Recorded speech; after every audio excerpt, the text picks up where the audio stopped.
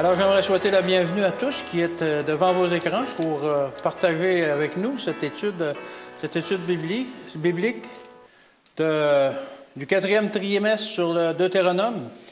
Alors, c'est une étude très intéressante que nous allons faire aujourd'hui. Je veux vous souhaiter la bienvenue encore une fois et je veux vous présenter aussi ceux qui vont m'assister dans cette étude. Il y a tout d'abord Pasteur Paul Scalier. Bienvenue, Paul. Bonjour, content d'être avec vous. On a un nouveau trimestre qui commence avec l'étude d'un sujet, d'un livre de la Bible, et j'apprécie particulièrement de travailler dans l'Ancien Testament. Amen. Oui. Et on a Jairo Arenas. Bonjour, Jairo. Bonjour à tous. Merci beaucoup pour m'inviter. Puis on va prier Dieu pour qu'il puisse nous aider à bien donner son message. Ça nous fait plaisir. Merci, Jairo. Merci, Pasteur. Et effectivement, on va commencer justement par une prière. Pasteur, tu veux prier pour nous?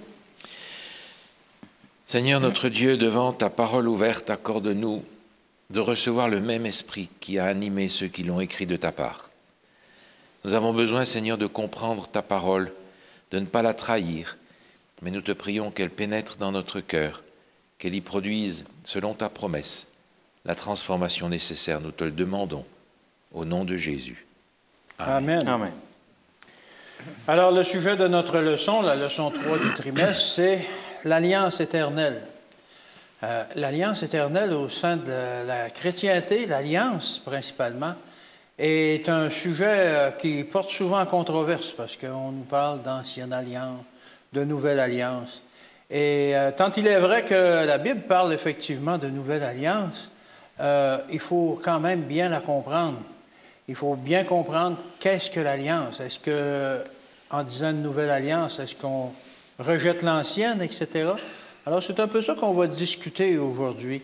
Et ça tombe bien parce que la dernière leçon, le trimestre précédent, on parlait de repos éternel. Et j'espère que si vous nous avez suivis, vous avez bien compris que lorsqu'on parle du repos éternel, outre le sabbat du 7e jour, on parle principalement de repos du salut, le repos de nos œuvres. On n'a pas besoin de faire des œuvres pour le salut. Tout a été accompli justement par Dieu lui-même pour nous accueillir et on peut se saisir de ce salut par la foi.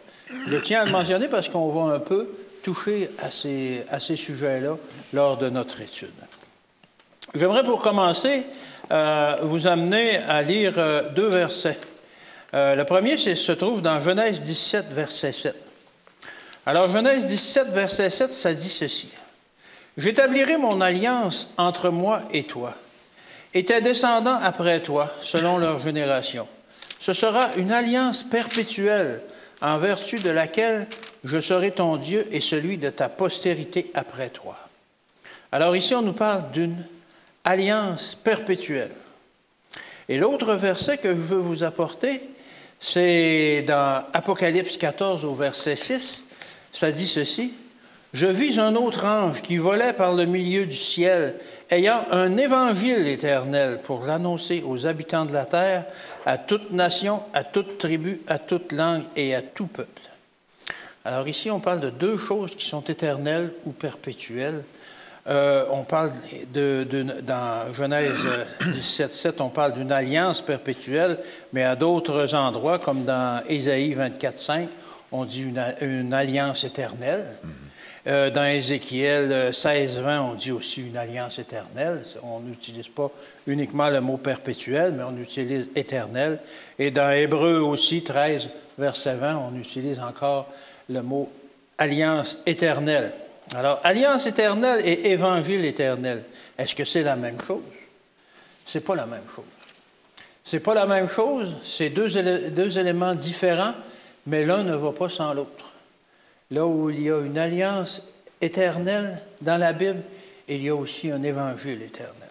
Et c'est parfois, malheureusement, ce que beaucoup de chrétiens ont du mal à discerner aujourd'hui, à dissocier et à associer aussi, parce que vraiment, ça va ensemble. Alors, on va peut-être un peu élaborer là-dessus. Alors oui, l'alliance éternelle amène aussi un évangile éternel qui, comme on va le voir aussi, amène aussi l'obéissance.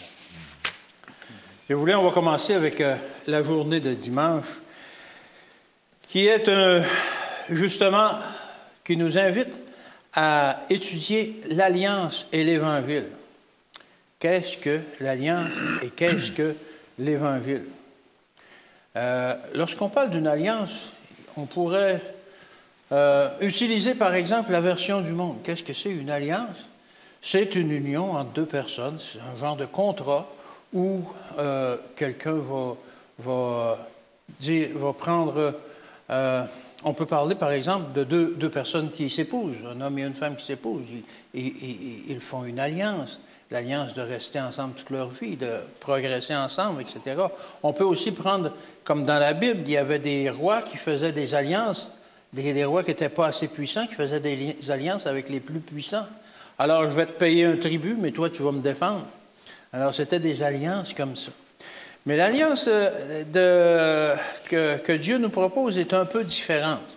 On va le voir tout à l'heure. C'est un engagement entre deux parties. C'est un engagement bipartite, mais il y a une drôle de signature pour cet engagement-là. On va le voir un peu plus loin.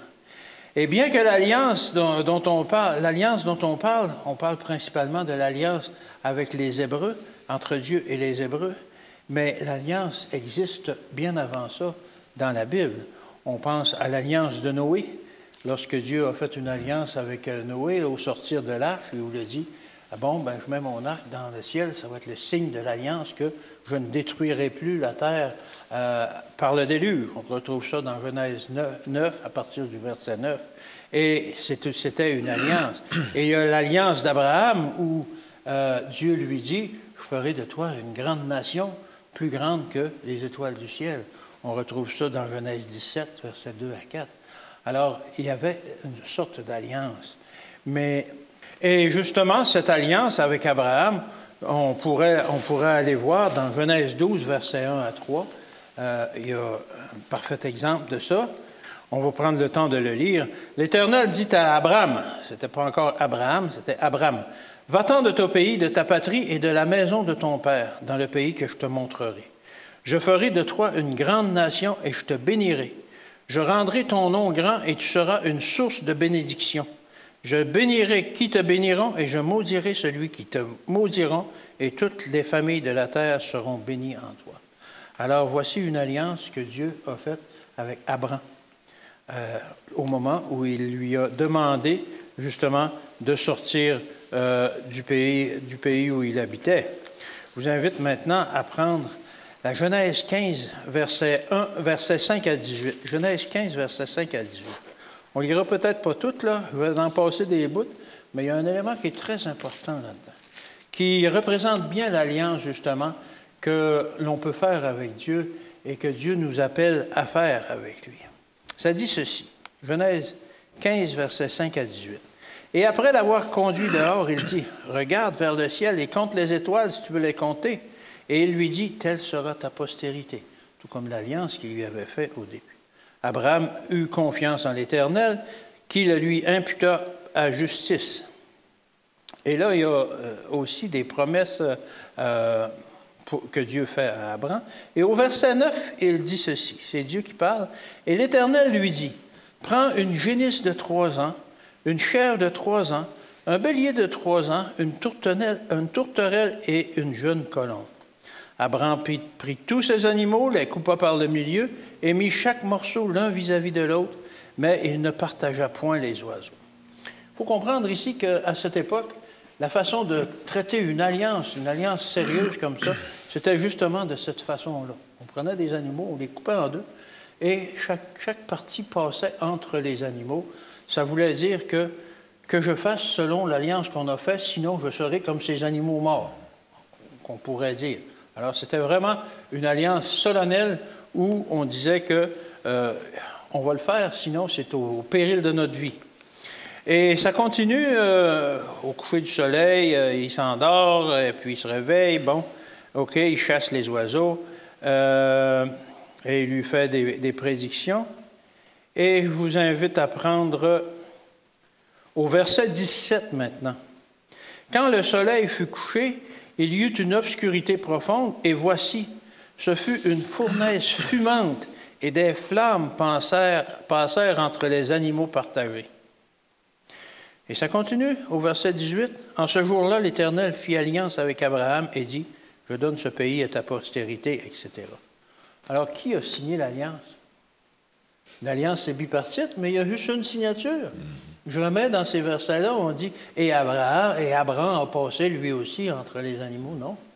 L'alliance, c'est vraiment quelque chose que Dieu s'engage à faire pour nous, tout comme on l'a vu.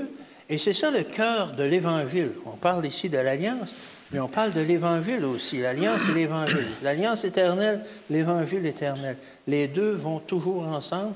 Partout dans la Bible où on parle de l'alliance éternelle, il y a aussi l'Évangile éternel qui est mentionné d'une façon claire ou imagée, mais toujours c'est comme ça. Et l'Évangile éternel, c'est justement le salut gratuit par la foi. Et on retrouve ça dans Romains 4. Romains 4, je vous invite à prendre ce livre, Romains, au chapitre 4, versets 1 à 5. Et c'est Paul qui parle, et il dit, « Que dirons-nous donc qu'Abraham, notre père, selon la chair, a obtenu? Si Abraham a été justifié par les œuvres, il a sujet à se glorifier, mais non devant Dieu. Car, que dit l'Écriture? Abraham crut à Dieu, et cela lui fut imputé à justice. Or, à celui qui fait une œuvre, le salaire est imputé, non comme une grâce, mais comme une chose due. Et à celui qui ne fait point d'œuvre, mais qui croit que celui qui justifie l'impie, sa foi lui est imputée à justice. » Alors, c'est un terme qu'on n'est pas familier avec, imputé à justice, mais c'est imputé, ça veut dire qu'il lui est donné, qu'il lui est rendu, qu'il est porté à son compte. Alors, la foi d'Abraham a fait que le salut a été porté à son compte. Alors, c'est juste une ébauche que l'on peut faire sur cette étude, mais on voit aussi que le salut coûte quelque chose.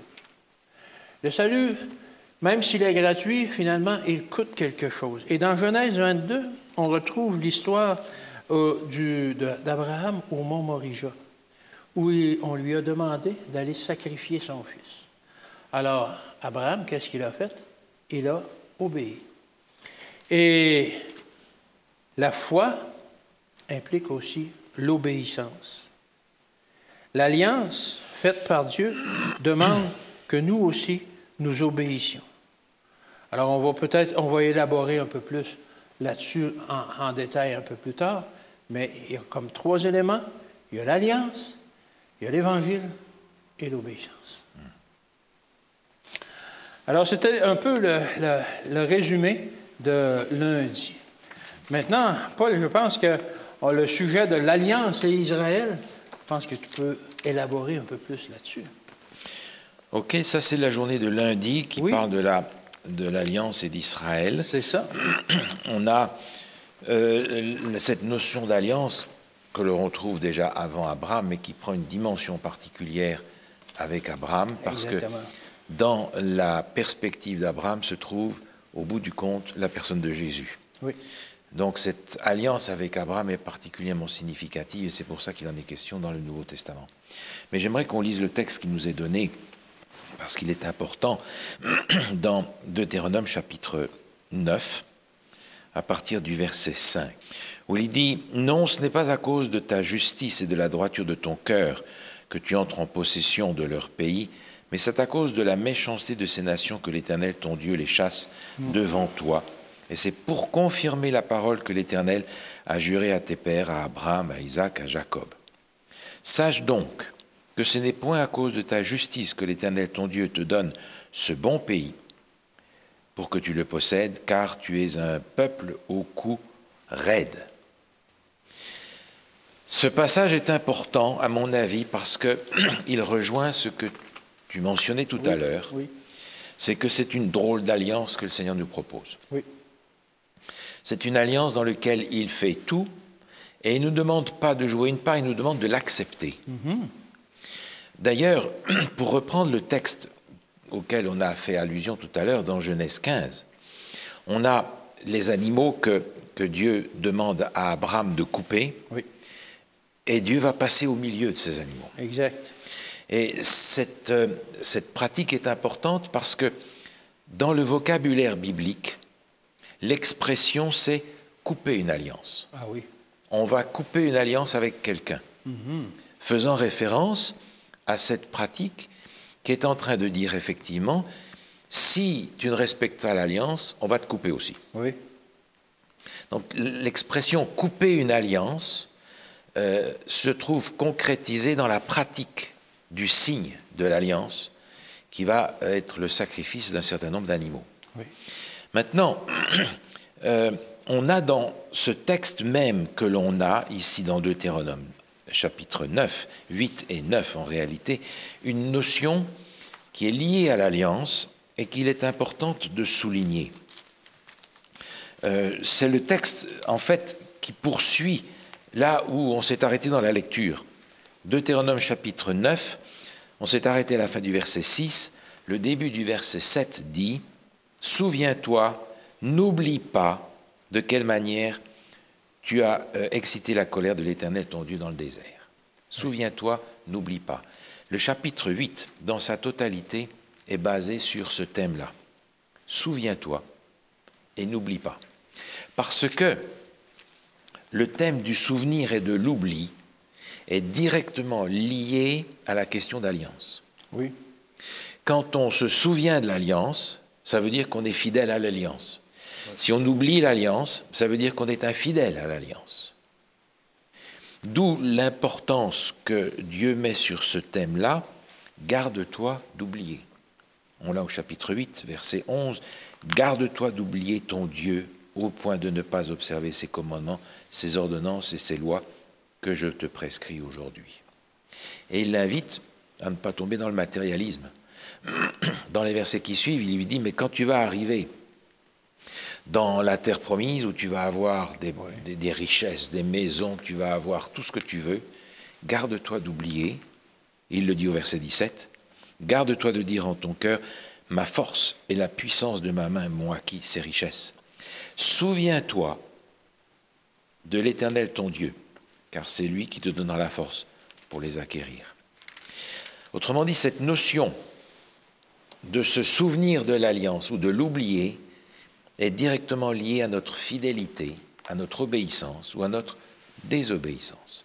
Et là se trouve le texte que l'on a un peu dans notre leçon, qui est dans Exode au chapitre 2, que j'aimerais regarder aussi avec vous. Exode chapitre 2, au verset 24, il est dit ceci. Dieu entendit les gémissements et se souvint de son alliance avec Abraham, Isaac et Jacob. Dieu regarda les enfants d'Israël et il en eut compassion. C'est intéressant de voir que le fait de se souvenir et d'oublier s'attache à Dieu autant qu'à nous. Dieu se souvient. Alors évidemment, Dieu n'est pas en train d'oublier, mais il est en train de dire « Ma fidélité à l'alliance vous est garantie ». Et cette alliance qui est faite avec Israël, elle n'est pas simplement une alliance limitée. On l'a vu, c'est une alliance éternelle. Oui. Et cette notion d'alliance éternelle, elle va courir au travers de l'Ancien Testament pour aller jusque dans le Nouveau. Mais oui. Parce que le texte d'Hébreux, chapitre 13, qui parle d'une alliance éternelle, associe d'une façon particulière cette alliance éternelle avec quelque chose. Hébreux, chapitre 13, à partir du verset 20, il est dit que le Dieu de paix, qui a ramené d'entre les morts le grand berger des brebis, par le sang d'une alliance éternelle, notre Seigneur Jésus-Christ, vous rende capable de toute bonne œuvre pour l'accomplissement de sa volonté. Donc cette alliance éternelle n'est pas seulement associée à Abraham, elle est associée au sacrifice de Jésus. C'est ça. Le sang d'une alliance éternelle, notre Seigneur Jésus-Christ. Et les sacrifices qui vont suivre dans la pédagogie que Dieu va enseigner au peuple hébreu, à commencer par Abraham, est une pédagogie qui nous montre la valeur du sang de l'alliance éternelle. Oui. Juste une petite parenthèse, si tu permets, lorsque j'ai étudié cette leçon, j'ai trouvé drôle que Dieu a signé l'alliance. Oui. Et celui qui ne respectait pas l'alliance était passible de mort, comme on l'a dit. Oui. Et malheureusement, il a dû mourir quand même, même s'il a respecté son alliance. Il est mort à la personne. Mais en réalité, c'est pire que ça. Oui. C'est qu'il est mort à ma place, Oui. parce que c'est moi qui n'ai pas été fidèle. Oui, c'est ça.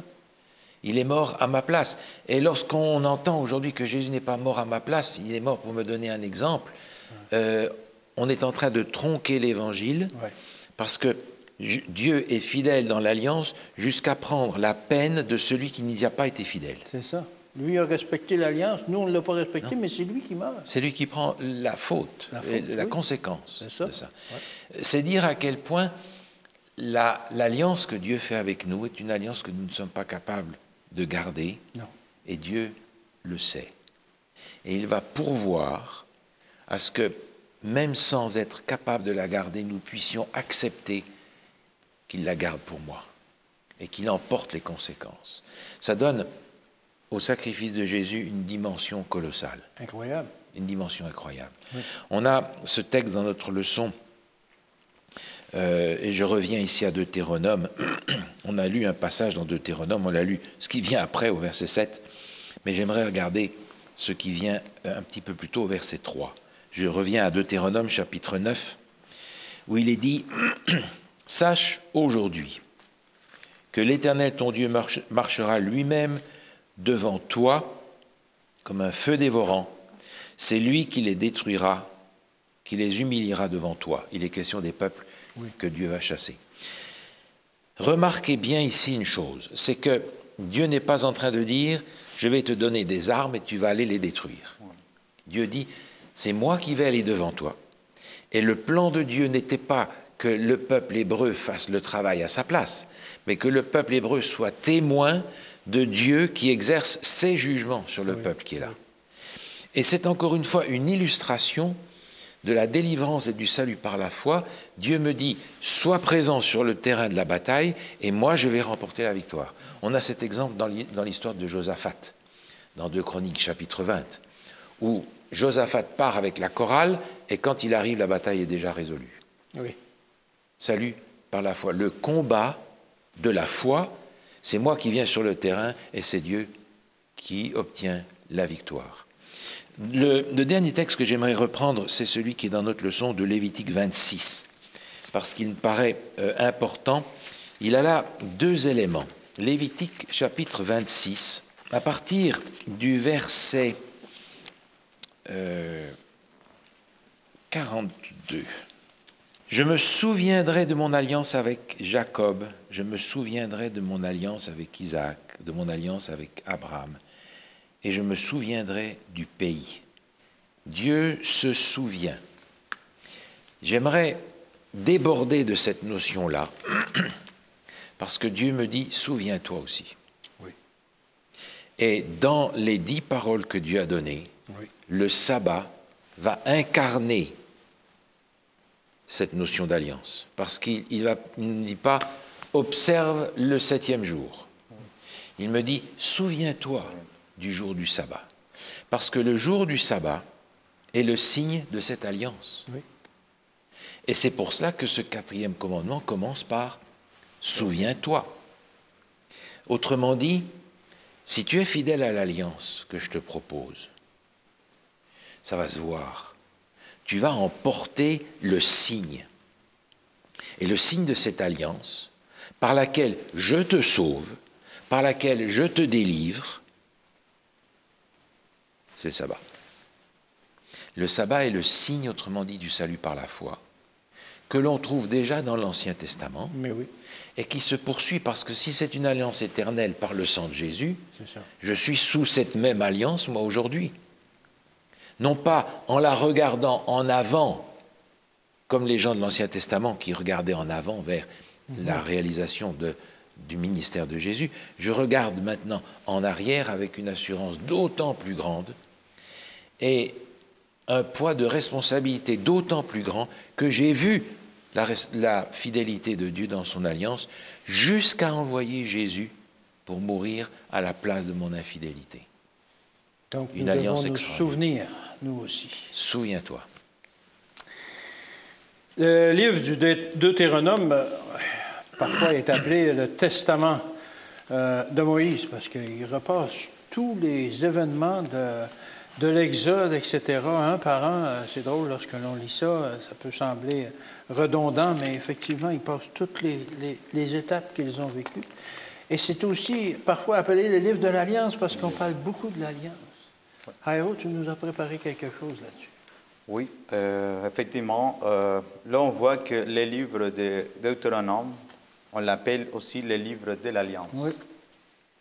Et puis, on trouve que l'idée principale ou centrale du livre, c'est ça, c'est l'Alliance. Mais quelle alliance? Lorsqu'on lit Deutéronome 5, du verset 1 au 21, on ne va pas le lire tout au complet parce que je pense qu'on le connaît tous déjà, c'est vraiment les 10 commandements. Mais il y a une chose très importante que moi, ça m'attire beaucoup.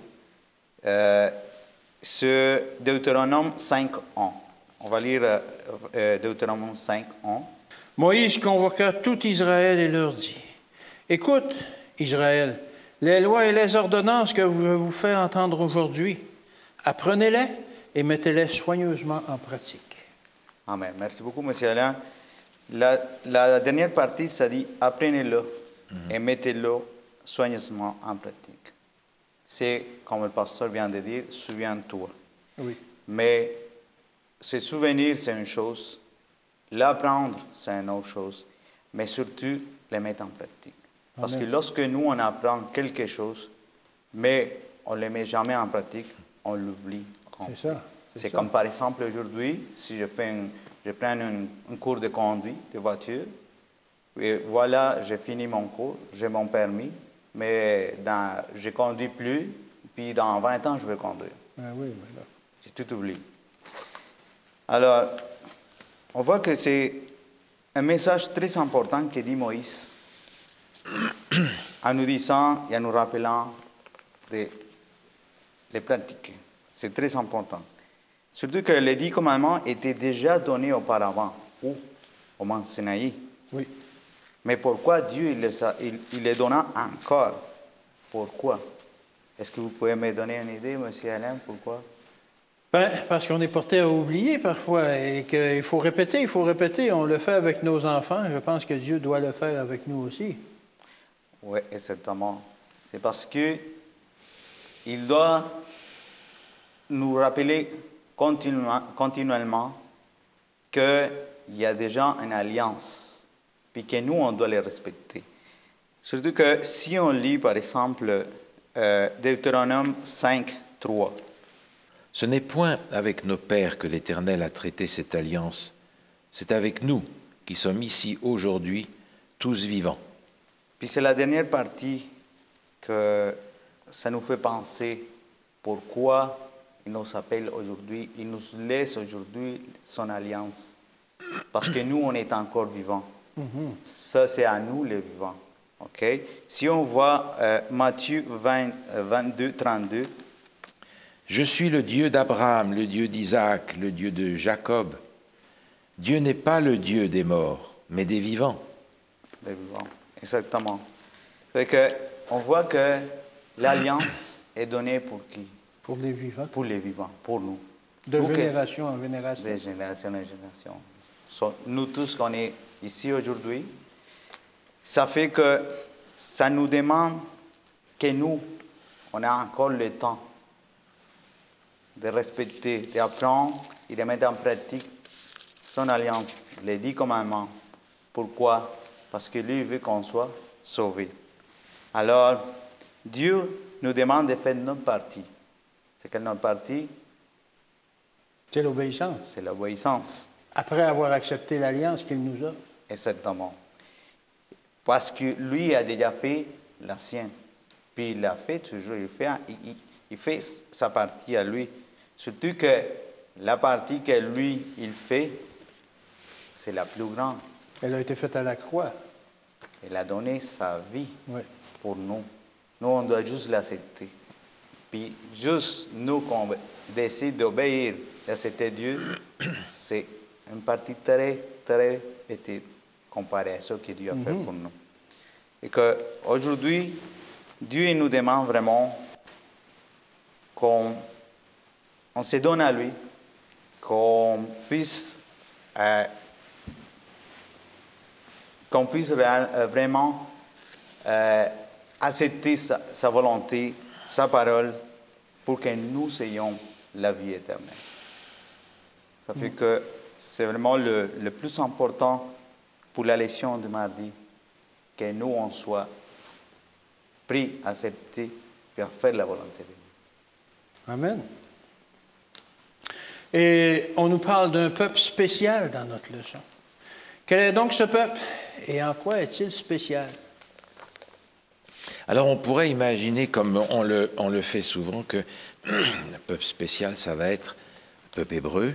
Oui. Aujourd'hui, il y a encore un peuple spécial. Oui. C'est-à-dire, le peuple de l'Alliance est toujours un peuple spécial. Le texte qui nous est donné est intéressant dans Deutéronome 26. J'aimerais en lire une partie, à partir du verset 16, parce qu'il va exprimer cette question d'alliance d'une manière particulière. Deutéronome 26, verset 16 dit « Aujourd'hui, l'Éternel, ton Dieu, te commande de mettre en pratique ses lois, ses ordonnances. Tu les observeras, tu les mettras en pratique de tout ton cœur et de toute ton âme. Aujourd'hui, tu as fait promettre à l'Éternel qui sera ton Dieu, afin que tu marches dans ses voies, que tu observes ses lois, ses commandements, ses ordonnances, et que tu obéisses à sa voix. Et aujourd'hui, l'Éternel t'a fait promettre que tu seras un peuple qui lui appartient, comme il te l'a dit, et que tu observes tous ses commandements, afin qu'il te donne, sur toutes les nations qu'il a créées, la supériorité en gloire, en renom, en magnificence, afin que tu sois un peuple saint pour l'Éternel ton Dieu, comme il te l'a dit. Vous avez remarqué, aujourd'hui, tu as fait promettre à l'Éternel Oui.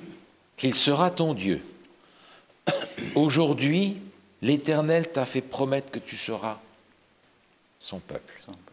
Il y a bien cette notion de réciprocité, d'engagement mutuel. Et encore une fois, on retrouve ce langage aujourd'hui. J'entends ce texte de l'Épître aux Hébreux au chapitre 4, aujourd'hui, qui est une citation d'ailleurs du psaume 95. Aujourd'hui, si vous entendez sa voix, n'endurcissez pas vos cœurs. Parce que si véritablement cette alliance est l'alliance des vivants, j'ai besoin de mon vivant, de faire cette alliance personnelle avec lui et de ne pas m'appuyer sur une tradition, sur une appartenance ethnique, sur une appartenance même religieuse. Je suis dans telle église, donc je suis nécessairement dans l'alliance. Non, parce que ça me demande une alliance personnelle, une réponse personnelle à l'alliance. Et dans cette réponse personnelle, il y a à 2 reprises l'obéissance. Mais l'obéissance va venir après qu'il ait dit « Tu le feras de tout ton cœur et de toute ton âme ». Autrement dit, c'est quelque chose que je dois avoir intégré pour le vivre de plein gré, de mon choix, avec joie. Tu aimeras l'Éternel, ton Dieu. Donc c'est une dimension tout à fait particulière qui fait un peuple particulier. Maintenant, il y a ces 2 promesses. Promesse de Dieu, promesse du peuple. Et Dieu dit, afin que tu sois un peuple saint. Saint veut d'abord dire mis à part pour une mission particulière. Saint ne veut pas d'abord dire qu'il a atteint un plafond de sainteté. Non. Avec non. Une auréole. Non. Saint, c'est mis à part pour une mission particulière. L'apôtre Paul, dans l'Épître aux Thessaloniciens, parle des saints qui sont en Achaïe. Oui. C'est dans Corinthiens, pardon. C'est pas des saints, ces gens-là, quand on lit l'Épître, non, vraiment pas. Mais ce sont les saints parce qu'ils sont à part, ayant accepté Jésus pour la mission qu'il leur a donnée. Oui. De la même manière, nous sommes appelés à être un peuple saint aujourd'hui. Seulement, on se retrouve ici dans un contexte particulier parce que quand on parle d'alliance, donc d'engagement réciproque, on se retrouve nécessairement avec une image biblique très forte qui va aller jusqu'au fond de l'Apocalypse, qui est l'image du mariage. Oui, oui. Parce que Oui. le mariage est quelque chose de saint. Et il est l'engagement de deux personnes qui se consacrent l'une à l'autre devant Dieu.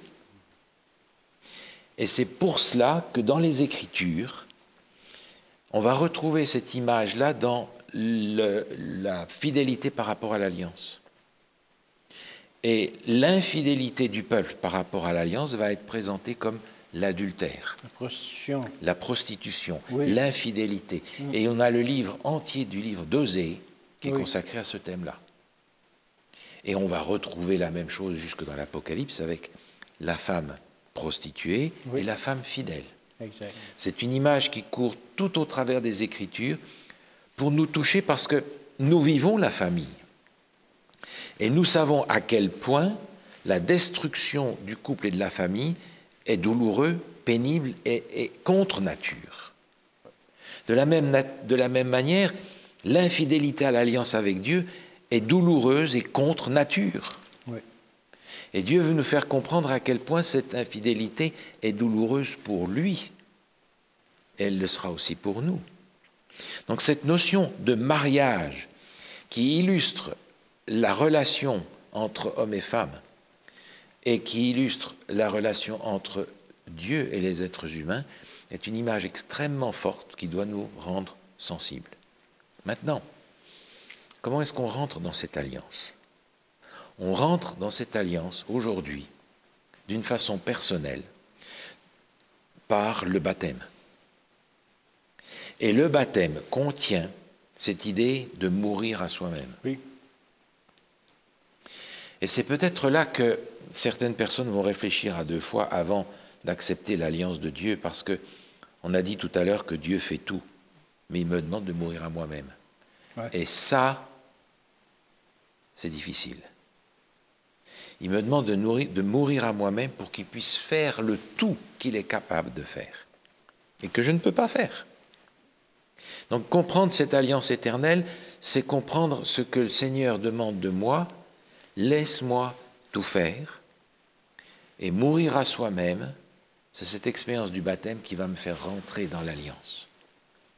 Un mariage.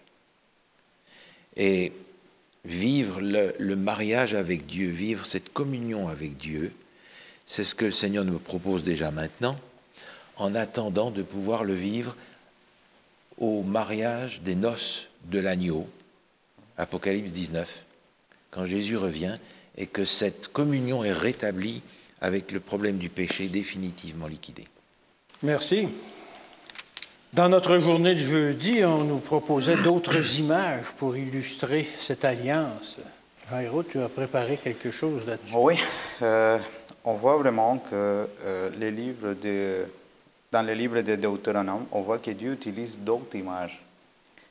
Mais pourquoi il utilise d'autres images? Parce qu'on a besoin d'images pour comprendre, on a besoin de quelque chose de concret pour, malheureusement, souvent pour comprendre l'abstrait. Surtout qu'aujourd'hui, on parle des images, puis on se fait une idée, par exemple, la photo qu'on voit en arrière, on voit des dessins. Okay? Mais ici, on ne parle des images avec un langage. On parle vraiment d'un langage qui soit plus facile pour nous, puis pour tout le monde de comprendre. C'est pour cela que lorsqu'on lit, par exemple, Deutéronome 8 à 5, on va lire Deutéronome 8 à 5. Reconnais en ton cœur que l'Éternel ton Dieu te châtie comme un homme châtie son enfant. Juste les mots châtie. Juste lorsqu'on dit châtie son enfant. Ça, c'est quelque chose que pour nous, on comprend mieux. Oui, on le sait, on connaît c'est quoi châtier une personne, surtout un enfant. Dieu utilise dans la Bible, il utilise des langages qui soient vraiment pour nous plus courant, plus normal qu'on utilise. Puis si on lit Deutéronome 14, 1. Vous êtes les enfants de l'Éternel, votre Dieu. Vous ne vous ferez point d'incision et vous ne vous raserez pas entre les yeux pour un mort. On voit toujours quoi? Une image. Une image. Vous êtes les enfants de Dieu. C'est plus qu'une image, c'est carrément du vécu, ça. Du vécu, c'est quelque chose Ouais. que c'est facile pour nous à comprendre. Parce que si, admettons, on prend un livre, n'importe quel livre, mais il y a un langage qu'on ne comprend pas. Ça peut être du meilleur scientifique du monde, mais si ce n'est pas dans un langage qui est facile pour moi de comprendre ou pour nous autres de comprendre, on ne comprendra jamais. Mais c'est pour cela que Dieu utilise des images. C'est ça, utilise des choses que nous, on les vit. C'est du vécu à tous les jours. Si on lit Deutéronome 32, 6. Est-ce l'Éternel que vous en rendez responsable, peuple insensé et dépourvu de sagesse? N'est-ce pas ton Père, ton Maître? N'est-ce pas lui qui t'a formé, qui t'a affermi? Merci beaucoup, pasteur. Là, lorsqu'on a lu Deutéronome 8 à 5, Deutéronome 14, 1, puis Deutéronome 32, 6, on voit que Dieu est là pour nous, est prêt pour nous, à nous aider, à faire n'importe quoi. Et surtout, comme on vient de lire, c'est lui notre Père, notre Créateur. C'est lui qui veut avoir une grande famille. Mais c'est à nous de décider, de prendre la décision. Oui, je veux que tu sois mon Père. Lorsqu'on lit Deutéronome 4, verset 20, on va lire Deutéronome 4, 20. Mais vous, l'Éternel vous a pris et vous a fait sortir de la fournaise de fer de l'Égypte, afin que vous soyez un peuple qui lui appartienne en propre, comme vous l'êtes aujourd'hui. Comment nous laissons quoi? Comme vous l'êtes aujourd'hui, comme vous êtes son peuple aujourd'hui. Que là, il nous fait un appel, il nous dit, nous, on est quoi? On est son peuple aujourd'hui. Là, lui, il va nous aider si nous, on est prêts à l'accepter. Et pour nous sortir de l'Égypte aujourd'hui, c'est sortir de notre vie de péché. C'est le changement qu'il nous propose. Oui, exactement. Puis ça, c'est difficile parce qu'on a tellement de choses, nous, dans nos vies, qu'on ne veut pas laisser de côté. Parce que c'est ça qui nous fait, pas la vie difficile, c'est ça qui nous fait penser puis tourner pour accepter Dieu dans nos vies. Parce que Dieu il veut que nous, on laisse toutes nos choses à côté pour que lui il puisse faire les choses qu'il veut faire en nous. C'est comme le pasteur a dit, lorsque on se baptise, on se le baptême, okay? Là, on laisse toutes nos choses dans l'eau. Renoncer à nous-mêmes. On renonce à nous-mêmes. Si on lit Deutéronome 32, 9. Car la portion de l'Éternel, c'est son peuple. Jacob est la part de son héritage. On voit encore là qu'il dit, c'est son peuple. Car la portion de l'Éternel, c'est son peuple. Ça, là, c'est quelque chose que nous, on doit toujours avoir dans nos têtes. Que nous sommes son peuple. Mais lorsque on décide de devenir ou faire partie de son peuple, nous devons faire sa volonté. C'est pour cela que pour lui, c'est très important que nous fassions nos parties pour qu'on soit le peuple élu, mais pour l'éternité. Ce n'est pas pour aujourd'hui, c'est pour l'éternité. Les choses que nous faisons pour nos proches sont rien. Les choses qu'on fait pour un ami, mon frère, ma mère, tout ça, ça c'est rien par rapport à tout ce que Dieu fait pour nous. Mm-hmm. Alors, nous devons aujourd'hui accepter Dieu comme notre Créateur, comme notre Père, comme notre Sauveur. Puis de cette manière-là, nous, on va avoir une vie éternelle qu'on n'a jamais imaginé que ça pouvait exister. Aujourd'hui, pour la journée de jeudi, le plus important, c'est d'accepter Dieu comme notre Père et qu'on puisse être partie de cette famille-là, que c'est la famille de Dieu. Et si tu permets, j'aimerais rajouter un peu sur le dernier verset que tu as lu, Deutéronome 32, verset 9. « Car la portion de l'Éternel, c'est son peuple. Jacob est la part de son héritage. » C'est comme s'il disait que ce qu'il y a de plus important pour moi, là, c'est Jacob. C'est les enfants de la promesse. C'est vous, c'est nous. Alors, quand Dieu nous dit que ce qu'il y a de plus important pour lui, là, c'est nous. C'est nous. Mais c'est incroyable. Il y avait dans la leçon de lundi, je me souviens d'un passage où on nous disait que d'imaginer la définition de Dieu. Et dans la Bible, il y a un verset qui définit Dieu en disant « Dieu est amour », tout simplement. Alors, on a la démonstration de ça ici. Dieu est amour, Dieu est un être pour qui aimer, c'est quelque chose de dynamique. C'est pas seulement qu'un sentiment, puis dire, comme nous, on va dire j'aime mon chien ou j'aime mon auto. C'est quelque chose de dynamique et où il est prêt à faire tout ce qu'il faut pour sauver ce peuple-là, ces gens-là, nous-mêmes, moi-même. Alors, c'est quelque chose qui est vraiment impressionnant lorsque l'on réalise ça, à quel point Dieu a été prêt à aller loin pour justement ramener son peuple qui avait péché, ses enfants qui avaient péché. Alors, cette leçon nous met un peu sur cette piste et on voit justement que cette alliance qu'il a conclue avec Abraham, avec Israël et maintenant avec les fils spirituels d'Abraham, qui sont nous-mêmes. Parce que le peuple d'Israël, selon le sang, n'est plus le peuple choisi. Il a transféré ce peuple-là sur tous ceux qui veulent l'accepter.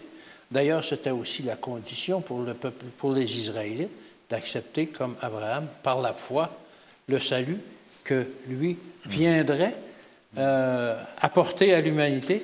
Et nous aussi, par la foi, on doit aussi accepter ce salut qui est venu il y a 2000 ans. Alors, on parle de l'Alliance, on parle de l'Évangile, ça va ensemble. Deux choses différentes, mais qui ne peuvent pas être dissociées. L'Alliance que Dieu fait avec l'homme et l'Évangile qui vient sceller cette alliance-là sont deux choses qui sont intrinsèquement liées. Et lorsque l'homme accepte cette alliance-là, c'est à nous d'obéir maintenant. De nous soumettre à Dieu, comme tu l'as dit, de nous vider de nous-mêmes, d'accepter justement que Dieu puisse nous changer, que Dieu puisse nous transformer, et ce n'est pas pour notre malheur. Parce que, comme tu l'as dit, on s'attache à des choses puériles, des choses qui nous brisent, des péchés, en fait, des habitudes, des mauvaises habitudes, ou des choses comme ça qui nous détruisent à la longue. Et Dieu veut nous libérer de ça. Alors, l'alliance que Dieu a faite et l'Évangile, c'est une libération pour le pécheur. C'est une libération, et en plus d'être une libération, ça devient quelque chose qui va rejaillir dans la vie éternelle. C'est des versets bibliques qui nous disent ça. Et un salut qui rejaillit jusque dans la vie éternelle, jusque dans l'éternité. Oui. Et tu as mentionné le repas de l'agneau. Et ce repas-là qui va, lorsque Jésus va nous accueillir justement dans le ciel, comme ses enfants, comme sa famille, et qu'il va se ceindre et nous servir lui-même. C'est incroyable.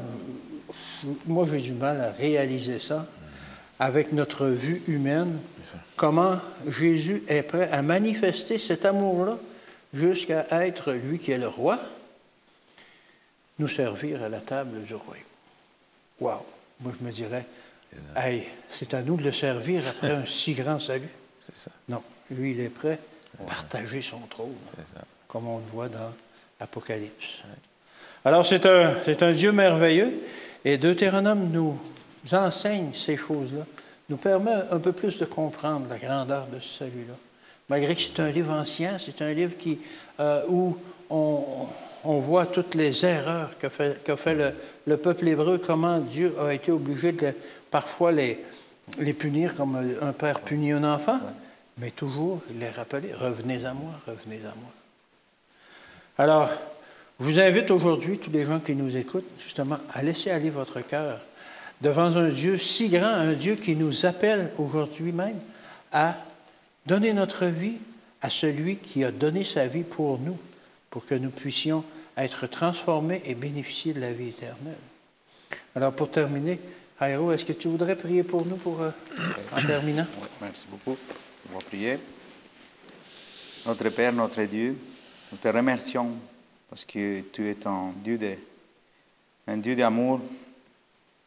Tu es un Dieu de patience, plein de patience, Seigneur, envers nous. Seigneur, nous te demandons que tu puisses nous aider à prendre la bonne décision de te suivre, de prendre la bonne décision de donner notre vie à toi, parce que tu veux qu'on ait la vie éternelle. Père, nous te demandons que pendant que nous sommes vivants, pas juste nous, tous ceux qui sont partout le monde, puissent prendre la décision de donner leur vie à toi. Parce que tu es un Père d'amour, un Père plein de grâce, et tu veux que nous, on soit tous avec toi dans les royaumes des cieux. On te demande, on te prie tout cela au nom de ton Fils Jésus. Amen, Seigneur. Amen. Alors, merci d'avoir assisté à cette étude avec nous, d'avoir participé alors que vous êtes chez vous. Et on vous invite la semaine prochaine pour la suite des études de ce trimestre. Merci et bonne semaine.